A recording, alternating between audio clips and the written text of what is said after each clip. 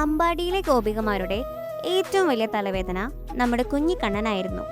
കാരണം എവിടെയൊക്കെ ഒളിപ്പിച്ചു വെച്ചാലും കണ്ണൻ അവിടുത്തെ വെണ്ണ മുഴുവൻ കട്ടുതിന്നുമായിരുന്നു. ഒരു ദിവസം അമ്പാടിയിലെ ഒരു ഗോപിക കണ്ണനെ ശരിക്കൊന്ന് കൊടുക്കാൻ തന്നെ തീരുമാനിച്ചു. അവൾ വെണ്ണയെല്ലാം എടുത്ത് ഒരു വലിയ മൺകലത്തിലാക്കി വീടിൻ്റെ മേൽക്കൂരയിലെ ഉറിയിൽ കെട്ടിത്തൂക്കി.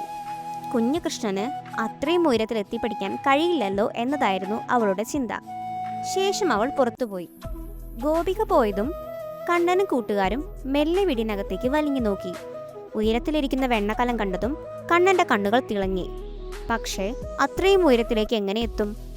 കണ്ണൻ ഒരു ഉപായം കണ്ടെത്തി. ആദ്യം കുറച്ച് കൂട്ടുകാരെ താഴെ വരി വരിയായി നിർത്താൻ പറഞ്ഞു. അവർക്ക് മുകളിലായി അടുത്ത കൂട്ടുകാരെ കയറ്റി നിർത്തി. അങ്ങനെ കൂട്ടുകാരെല്ലാവരും ചേർന്ന് ഒരു മനുഷ്യഗോവണി ഉണ്ടാക്കി. എല്ലാവർക്കും മുകളിലായി നമ്മുടെ കുഞ്ഞു കൃഷ്ണൻ ചവിട്ടിക്കയറി. ഉറിയിൽ തൂങ്ങിക്കിടന്ന കലത്തിൽ നിന്ന് കൊതിയോടെ വെണ്ണ വാരിക്കഴിച്ചു. കൂട്ടുകാർക്കും വെണ്ണ എറിഞ്ഞുകൊടുത്തു. പെട്ടെന്നാണ് ആ വീട്ടുപടി കടന്ന് ഗോപിക തിരിച്ചെത്തിയത്. അകത്തെ കാഴ്ച കണ്ട് അവൾ അമ്പരന്നു പോയി.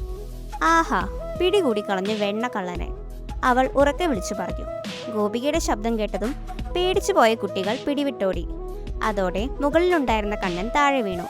കയ്യിലും മുഖത്തുമെല്ലാം വെണ്ണയുമായി നിൽക്കുന്ന കണ്ണനെ ഗോപിക ദേഷ്യത്തോടെ പിടികൂടി. അവൾ കണ്ണനെ യശോദാമാതാവിൻ്റെ അടുത്തെത്തിച്ചു.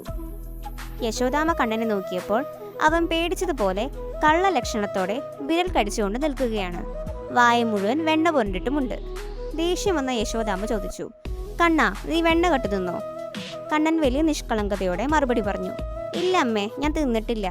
എൻ്റെ മുഖത്ത് വെണ്ണ പുരട്ടി തന്നത് ഈ ഗോപികമാരാണ്. എന്നെ വെറുതെ കള്ളനാക്കുകയാ. കണ്ണൻ്റെ നിഷ്കളങ്കമായ മറുപടി കേട്ട യശോദാമ്മയും ഗോപികമാരും ചിരിച്ചു പോവുകയും അവരുടെ ദേഷ്യം മാറുകയും ചെയ്തു. എന്നിരുന്നാലും ഈ സംഭവത്തിന് ശേഷവും കണ്ണൻ തൻ്റെ വെണ്ണ മോഷണം തുടർന്നുകൊണ്ടേയിരുന്നു.